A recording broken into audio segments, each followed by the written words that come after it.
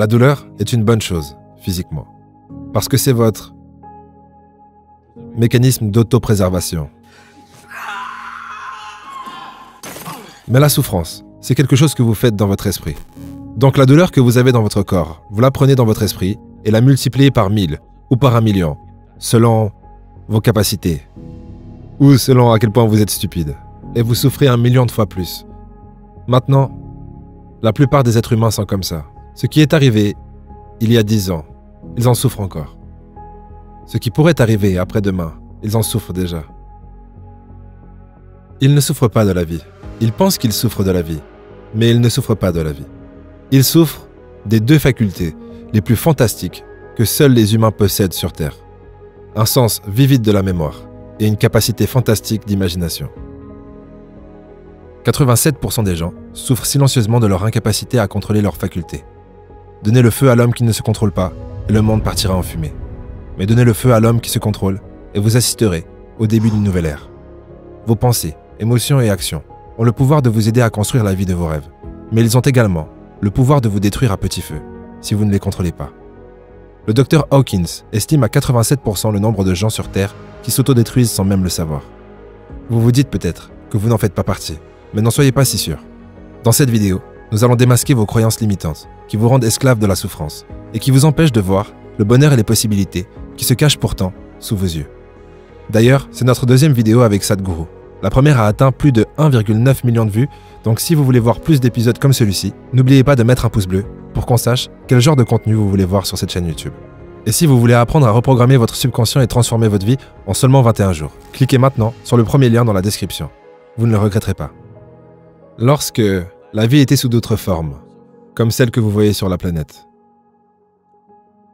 la nature déterminait certaines façons instinctives et compulsives de fonctionnement. Mais lorsque vous devenez un humain, ces barrières sont supprimées. Vous pouvez agir consciemment. Cela veut dire que ce que vous appelez le potentiel humain n'a aucune forme de limite mesurable. Il peut aller aussi loin que vous le souhaitez, ou aussi loin que le courage vous permettra d'aller. Donc, lorsque nous parlons du potentiel humain, de libérer le potentiel humain, il ne s'agit pas d'atteindre le sommet. C'est une trajectoire. Parce que ce que notre vie est, c'est une combinaison d'une certaine quantité de temps et d'énergie. Le temps passe à la même vitesse pour chacun d'entre nous. Si vous êtes assis, il passe. Si vous dormez, il passe. Si vous faites quelque chose, il passe. Même si vous ne faites rien, il passe. Que vous soyez heureux ou malheureux, le temps passe de toute façon. Le temps passe pour chacun d'entre nous. Donc il n'y a que l'énergie avec laquelle vous pouvez faire différentes choses. Si vous cultivez votre énergie à un certain niveau d'intensité et de possibilités, ce qu'une personne peut faire en 10 ans, vous pourrez le faire en 1 année. Cela veut dire que si vous vivez ici pendant 100 ans, cela donnera l'impression, en termes d'impact que vous aurez eu sur les gens, ça donnera l'impression que vous avez vécu pendant 1000 ans. Simplement parce que vous aurez géré votre énergie vitale d'une certaine façon. Tout le monde voudrait avoir un impact positif sur les gens qui les entourent. Et bien souvent, on se dit que travailler sur nous-mêmes ou sur nos projets, ou devenir une meilleure personne, n'a en fin de compte pas beaucoup d'intérêt parce que ça pourrait être vu comme un but égocentrique. Alors que c'est l'inverse. Car le développement personnel est une partie inhérente du développement collectif. Donc le seul moyen que vous avez de changer le monde, fondamentalement, c'est de vous changer vous-même. Avec cette idée en tête, il est important de se souvenir que toutes nos pensées et nos actions nous impactent nous-mêmes, mais également les autres. Quand on y pense, cela va même plus loin que l'impact qu'on a sur nos amis, notre famille et les gens qui nous entourent. Dans le livre « Pouvoir contre force » du fameux docteur David Hawkins, il est dit « Dans cet univers interconnecté, chaque amélioration que nous faisons dans notre monde privé améliore le monde dans son ensemble. On peut dire que c'est un fait scientifique, que ce qui est bon pour vous est bon pour moi. » Ce qu'il faut savoir, c'est que le docteur Hawkins a établi ses conclusions sur plus de 29 ans de recherche et d'études. Je vous propose rapidement d'examiner certaines de ces conclusions pour évaluer l'impact que vous aurez sur les gens qui vous entourent en augmentant vos niveaux d'énergie, qu'on pourrait aussi appeler vos états de conscience. Mais avant ça, ce que vous voyez, ce n'est rien d'autre que l'échelle d'Hawkins. Effectivement, il ne s'est pas cassé la tête pour le nom de son échelle. Je ne sais pas où est-ce que vous pensez vous situer sur cette échelle, mais le docteur Hawkins a établi que 87% des gens sont calibrés à un niveau d'énergie qui les affaiblit. En gros, plus vous montez dans cette échelle énergétique, et moins de personnes s'y trouvent. Le docteur Hawkins a établi que les personnes qui vibrent à un niveau d'optimisme et de non-jugement des autres pourraient contrebalancer l'énergie négative de plus de 90 000 personnes qui sont calibrées au niveau d'énergie les plus bas. Il dit également que la personne qui a atteint l'état de conscience de l'amour pur et de la révérence envers toute forme de vie contrebalancera la négativité de plus de 750 000 personnes qui vibrent dans les niveaux d'énergie les plus bas. Selon lui, l'individu qui atteindra l'état de conscience de l'illumination, l'extase, autrement dit de la paix infinie, contrebalancera l'énergie négative de plus de 10 millions de personnes. Et il fait d'ailleurs l'hypothèse qu'il y a environ 22 sages à ce niveau dans le monde actuellement. Bon, il va encore plus loin, mais je pense que vous avez compris l'idée, et le but ici, c'est pas de devenir Jésus ou Krishna. Mais par contre, le Dr Hawkins appuie sur le fait que si le nombre de personnes aux énergies hautes diminue en dessous d'un certain niveau, les énergies négatives prendront le dessus et l'humanité s'autodétruira.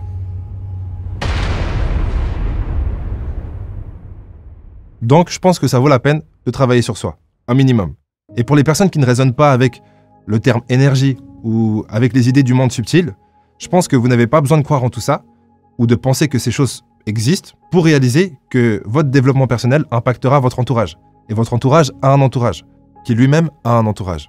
Donc si un matin vous vous levez et que vous n'êtes pas motivé, ou que vous ne vous aimez pas assez pour faire ce qu'il y a à faire, si vous n'avez pas la force de le faire pour vous, alors faites-le au moins pour les autres.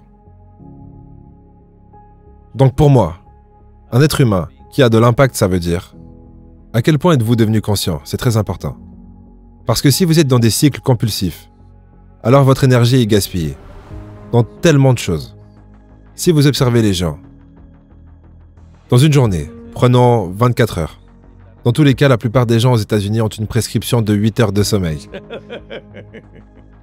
Donc 8 heures veut dire qu'un tiers de votre vie est perdu. Pour les 2 tiers restants, ils doivent manger, ils doivent, vous savez, se doucher, salle de bain, ceci, cela. Avec tout ça, 2 heures de plus en moins. Donc littéralement 50% de la vie est perdue sur une base journalière, juste pour une maintenance basique de cette vie. 50% du temps est perdu dans la maintenance. Les 50% restants qu'ils ont. Si vous regardez absolument chacun des mouvements qu'ils font avec leur corps, leur processus de pensée et leurs émotions, vous verrez que beaucoup de ces choses ont lieu à travers des cycles compulsifs. La compulsion veut dire que nous retournons aux mêmes endroits encore et encore. Cela veut dire que nous tournons en rond. Ou en d'autres termes, si vous êtes un petit peu sensible à la vie, vous réaliserez que vous êtes le plus gros problème dans votre vie. La nature de l'existence physique dans l'univers est telle que vous preniez un atome, seulement un atome, ou l'espace cosmique. Tout ce qui est physique est toujours dans un mouvement cyclique. Les atomes font leur cercle. Le système solaire fait la même chose. Les galaxies font pareil. Nos propres corps passent à travers des cycles. Dans les faits, nous sommes nés à cause des cycles du corps de notre mère. C'est pour ça que nous sommes nés. Donc, la nature physique entière est née de moments cycliques, ce qui veut dire la compulsion. Donc, ne méprenez pas compulsion pour quelque chose de mauvais, car c'est la base de votre existence. C'est une bonne plateforme. Mais, vous êtes supposé vous tenir debout sur cette plateforme et agir. Maintenant, vous êtes devenu la plateforme, et quelqu'un d'autre est en train de danser sur vous. En regardant cette vidéo, la question que vous pourriez vous poser, c'est du coup, comment augmenter ou cultiver mes niveaux d'énergie? Mais je trouve que c'est une question secondaire. La première question à se poser, c'est comment arrêter de disperser et de perdre son énergie inutilement. Vous avez sûrement déjà vu des gens qui secouent leurs jambes sous la table sans raison. Un peu comme ça, mais là, vous voyez pas mes jambes. Comme ça, là. Comme si... Ou d'autres personnes qui se rongent les ongles, ou qui se mordent les lèvres. Moi, par exemple, j'ai tendance à me gratter des boutons que je n'ai même pas. Ces comportements compulsifs sont à considérer comme des trous d'énergie. Et l'idée, c'est que, avant de s'aventurer dans le monde plus subtil de la pensée et des émotions, où il y a également énormément de comportements compulsifs, on va déjà pouvoir essayer de prendre le contrôle sur ces comportements compulsifs physiques. Donc, comment faire? C'est très simple, mais ça demande un peu de discipline. Par exemple, j'avais moi-même cette tendance à secouer ma jambe en dessous d'un bureau quand j'étais assis, sans raison. En réalité, la raison, c'est que j'entretenais des pensées anxieuses sans même m'en rendre compte. Mais quand je me suis rendu compte que c'était un comportement compulsif et que je perdais littéralement de l'énergie en le faisant, je me suis dit, je vais faire un effort, je vais appliquer un peu de discipline et je vais arrêter de secouer ma jambe sans raison. Pour y arriver, c'est très simple. Lorsque vous vous rendez compte que vous êtes dans un comportement compulsif, que ce soit secouer votre jambe, vous ranger les angles ou quoi que ce soit d'autre. Au moment où vous prenez conscience que vous le faites, vous devez faire un pacte avec vous-même que vous arrêtez. Dès que vous vous rendez compte que vous êtes en train de vous ranger les angles, vous vous dites pas « Ah non, je finis juste le petit bout d'angle là ». Vous arrêtez tout de suite. Et vous faites ça à chaque fois que vous prenez conscience que vous êtes dans un comportement compulsif. En quelques jours, au maximum en quelques semaines, ce comportement aura complètement disparu. Et ensuite, de comportement en comportement, vous allez pouvoir vous aventurer dans la dimension un peu plus subtile des pensées et des émotions. Et vous allez faire exactement la même chose. Lorsque vous vous apercevez en train d'avoir des pensées négatives ou des pensées de doute de soi, vous allez immédiatement arrêter et concentrer votre esprit sur quelque chose, une pensée qui a un taux vibratoire plus élevé. Fondamentalement, si les gens comprennent que la source de l'expérience humaine est en vous, la joie ou la misère, l'agonie ou l'extasie, le plaisir ou la souffrance, tout vient de l'intérieur de vous. Si vous comprenez ceci, si je comprends, supposons maintenant que je pense être misérable à cause de toi. Il n'y a pas de solution pour ma vie, n'est-ce pas? Tout ce que tu as à faire, c'est de marcher devant ma maison, et je serai misérable. C'est tellement simple. Tu n'as même pas besoin de me tuer. Tu as juste à marcher devant chez moi, et je mourrai de l'intérieur tous les jours. Si je comprends que la source de ma joie et de ma misère est en moi, alors, vous savez quel est le choix évident. La joie. C'est un choix évident, n'est-ce pas? Donc cette chose fondamentale doit être comprise par tous les êtres humains sur cette planète. Votre expérience est entièrement déterminée par vous. C'est ce que le mot karma veut dire. Malheureusement, il est utilisé autrement de nos jours. Karma veut dire action. Cela veut dire, lorsque nous disons « votre vie est votre karma », nous disons « votre vie est entièrement votre création », à 100%. Pour ce qu'il se passe dans le monde, il y a de nombreuses forces impliquées. Mais pour ce qu'il se passe en moi, c'est à 100% moi. À 100%, n'est-ce pas? Oui. Si vous ne prenez pas la responsabilité de cela, alors votre vie est accidentelle. Quand votre vie est accidentelle, l'anxiété devient naturelle. On peut se dire qu'il y a des dizaines de milliers de raisons de passer une mauvaise journée, une infinité de raisons d'aller mal. En réalité, il n'y en a qu'une. Et cette raison, c'est d'oublier que nous sommes les seuls maîtres de comment nous nous sentons à l'intérieur, peu importe de ce qui se passe à l'extérieur. Donc la seule raison pour laquelle vous passez une mauvaise journée, c'est parce que vous oubliez que c'est à vous de rester maître de comment vous vous sentez. La seule raison pour laquelle vous vous sentez mal, c'est parce que vous avez oublié que vous êtes au contrôle de votre bien-être et que les éléments extérieurs ne le sont pas. C'est la seule raison. Mais bien sûr, ça peut être tentant de se laisser tenter à devenir une victime. Et de se dire, non, mais la cause de mon problème, c'est parce que quelqu'un m'a coupé la route, c'est pour ça que je suis énervé. C'est pas parce que j'ai oublié de me contrôler. Et c'est pas parce que j'ai oublié que c'était moi qui décide comment je me sens en tout temps. Non, non, c'est vraiment la faute de cette voiture qui m'a coupé la route. En réalité, penser comme ça, c'est penser comme une victime qui a pour but de se déresponsabiliser de ses propres sentiments intérieurs et de son propre bien-être. Pourquoi est-ce que les gens font ça? Je le fais aussi parfois, simplement, même souvent en fait. Pourquoi? Parce que, en fait, il y a des bénéfices à être une victime. Lorsque vous vous victimisez et vous vous dites « Ah non, j'ai passé une journée horrible, tout le monde était sur mon dos, etc. » Qu'est-ce que vous obtenez? De l'attention et du réconfort, suivant dans quel cadre vous vous trouvez. Mais le problème, c'est que tout ça devient vite une prison, dans laquelle vous finissez par vraiment croire que les causes extérieures sont la raison de votre mal-être. Alors qu'en réalité, ces deux éléments, le monde extérieur et votre monde intérieur, ne sont pas connectés de façon directe. Du coup, même si vous êtes dans un environnement horrible, entre guillemets horrible, ça ne justifie pas votre mal-être. Parce que si l'environnement dictait qui vous êtes, il n'y aurait pas de lotus dans les marécages. Vous devez comprendre que ceci est un corps vraiment très intelligent, qui prend des instructions de votre part. Chaque cellule de votre corps a une capacité énorme de mémoire et d'intelligence. Si vous continuez à envoyer les mauvais messages, s'ils agissent, vous êtes mort. Parce que vous envoyez des messages contradictoires, vous n'êtes pas mort, mais vous êtes à moitié mort. Vous pouvez inventer n'importe quel type de nom exotique, mais essentiellement, vous avez tourné votre intelligence contre vous-même. Elle était supposée fonctionner pour vous, mais maintenant, vous l'avez retournée contre vous-même, et elle fonctionne contre vous. Notre nez est localisé juste au-dessus de notre bouche. Supposons que vous ne vous brossiez pas les dents pendant 3 jours. Malgré que votre nez soit juste ici, il ne vous dira pas que vous ne vous êtes pas brossé les dents. La pièce entière sera que vous ne vous êtes pas brossé les dents, mais vous ne le saurez pas. C'est l'une des faiblesses humaines.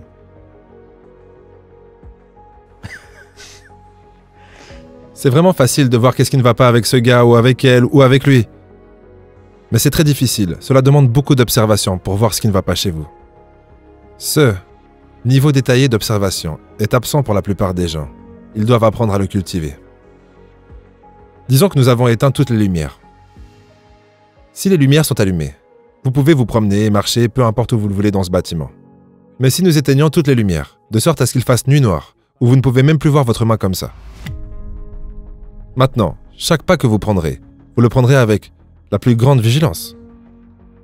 Seriez-vous complètement éveillé ou endormi? Pleinement éveillé. Pleinement éveillé. Pourquoi? Parce que vous ne savez pas où mène le prochain pas. Juste de vivre comme ça. Si vous vivez simplement comme ça, naturellement, vous êtes sur l'autoroute de l'illumination. Tout le monde présume et croit, parce que c'est confortable, de simplement croire quelque chose.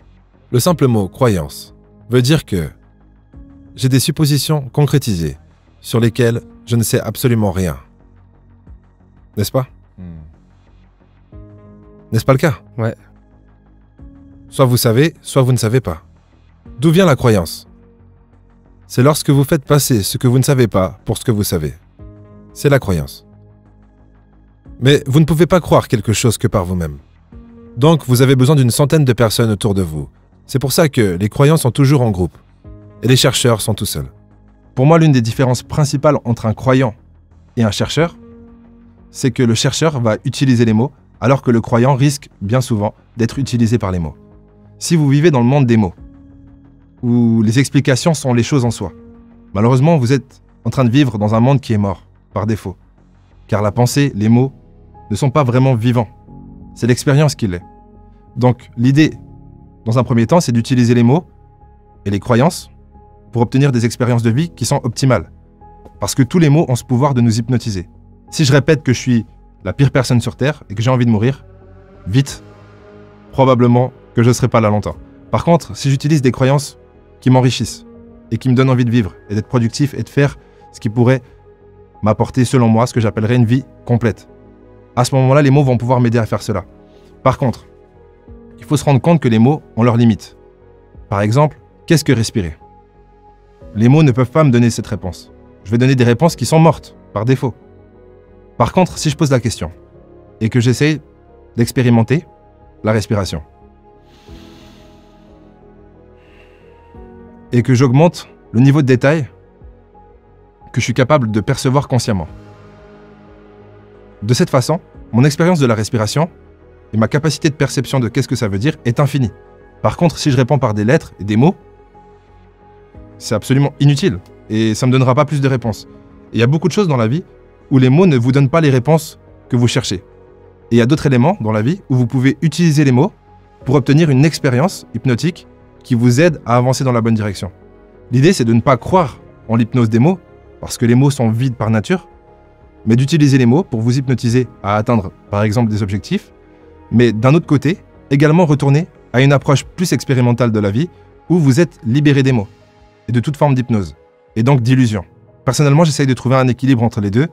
J'adore utiliser l'hypnose des mots. C'est d'ailleurs le but de la formation Reprogrammer votre subconscient et transformer votre vie. Mais bien sûr, par moment, lors de la méditation ou lors de balades en forêt, je vais essayer de me libérer de toute croyance sur le monde ou moi-même. Et je vais me libérer des mots pour pouvoir avoir une expérience de qu'est-ce que la vie, sans mes croyances de qu'est-ce que la vie, qui m'hypnotise sur des illusions de qu'est-ce que la vie n'est pas. Si vous voulez vous lancer dans la formation Esprit Subconscient, il y a une vidéo totalement gratuite dans la description. Vous avez qu'à cliquer sur le lien, ajouter votre email et vous n'aurez plus qu'à vous lancer. D'ailleurs, les personnes qui ont déjà suivi la formation ont laissé des commentaires super positifs. Donc, allez jeter un coup d'œil, ça coûte rien. Ah oui, ça coûte un petit quelque chose en vrai. Mais ça vaut la peine. Voilà, si cet épisode vous a plu, n'oubliez pas de vous abonner, cliquer sur la petite cloche et cliquer sur toutes les notifications. Et moi, je vous dis au prochain épisode.